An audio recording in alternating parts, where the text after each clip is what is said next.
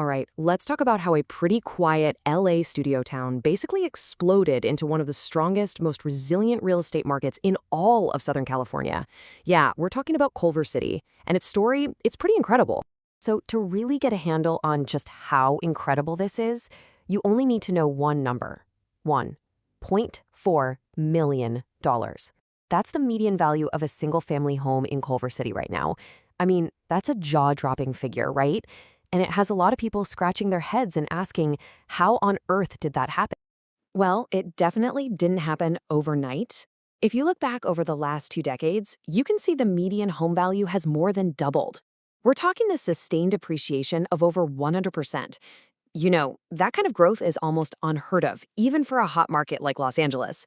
So yeah, that brings us right to the big one. The $1.4 million question. What were the forces at play here? How did Culver City become this magnet for home buyers and create what some are calling a future-proof market? Let's dig in and break down the formula. Okay, so the very first piece of the puzzle is the job market. But hold on, it's not just any job market. We're talking about one of the most packed and crucially most diverse hubs for high-quality jobs on the entire west side of LA. And I'm not talking about just one or two big names. You've got these long-term anchors, right? Like Sony Pictures. Then you have these massive new players moving in, like Amazon MGM Studios. And on top of that, you've got tech and media titans like Apple and TikTok setting up huge operations. Culver City has really gone from being a classic studio town to a full-blown global media headquarters. But the job engine doesn't stop with the big studios. Oh no, tucked away inside the city is this area called the Hayden Tract. Think of it as this super cool creative corridor that's become a hotbed for tech, for gaming, and all kinds of startups. Companies like Scopely and Jam City are right there, next to a whole bunch of AI and design firms. This is basically the engine room for the city's next generation of jobs. Okay, so here's the key takeaway, the really crucial point. Culver City's economy isn't just betting on one horse. As you can see here, it's like a diversified investment portfolio. You've got media and entertainment, sure, but also tech and gaming, biotech, creative services. This mix creates unbelievable stability. So if one of those sectors takes a hit, the others are there to keep the city's economy and, just as importantly, its housing demand chugging right along. You know, there's this quote that just perfectly sums it all up.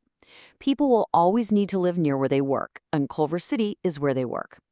I mean, that's it, right? It's the most fundamental rule of real estate. You have this constant engine of high-quality jobs, and that fuels a constant, powerful demand for housing.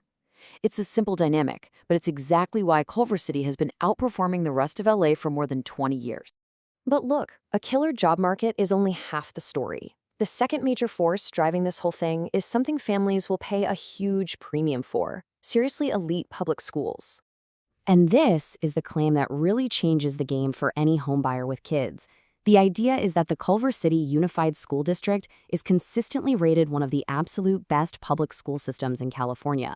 Think about it. If you have access to top-tier public schools, you don't have to worry about that massive private school bill. All of a sudden, $1 million home starts to look a lot more doable. But the big question is it true? Is the district really that good?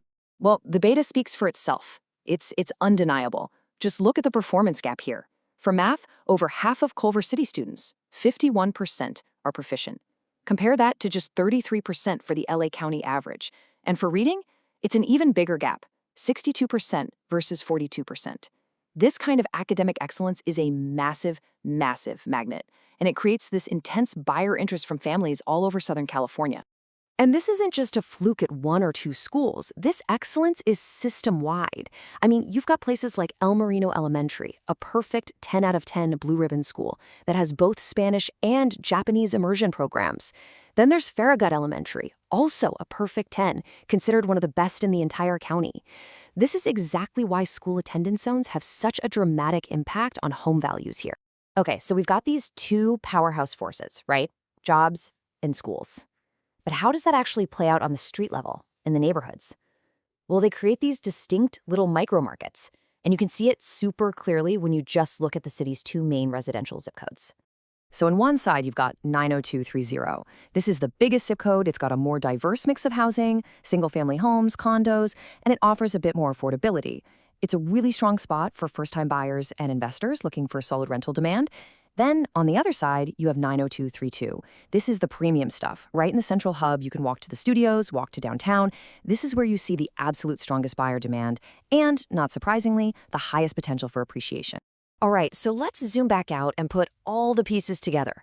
When you combine this incredibly powerful job engine with a top-tier public school system, what you get is a really clear blueprint for what makes a real estate market not just grow, but actually thrive, no matter what the broader economy is doing.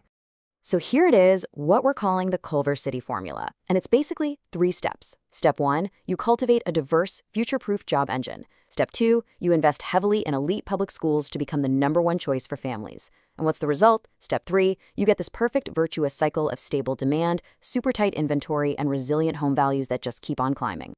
And that really brings us to our final thought here. The success of Culver City wasn't some happy accident. It was the direct result of this very specific formula. So the question it leaves us with is a really big one. In this age of economic ups and downs, is this combination, future-proof jobs plus elite public education, is this the new blueprint for the American boomtown? It's definitely something to think about. Thanks for tuning in.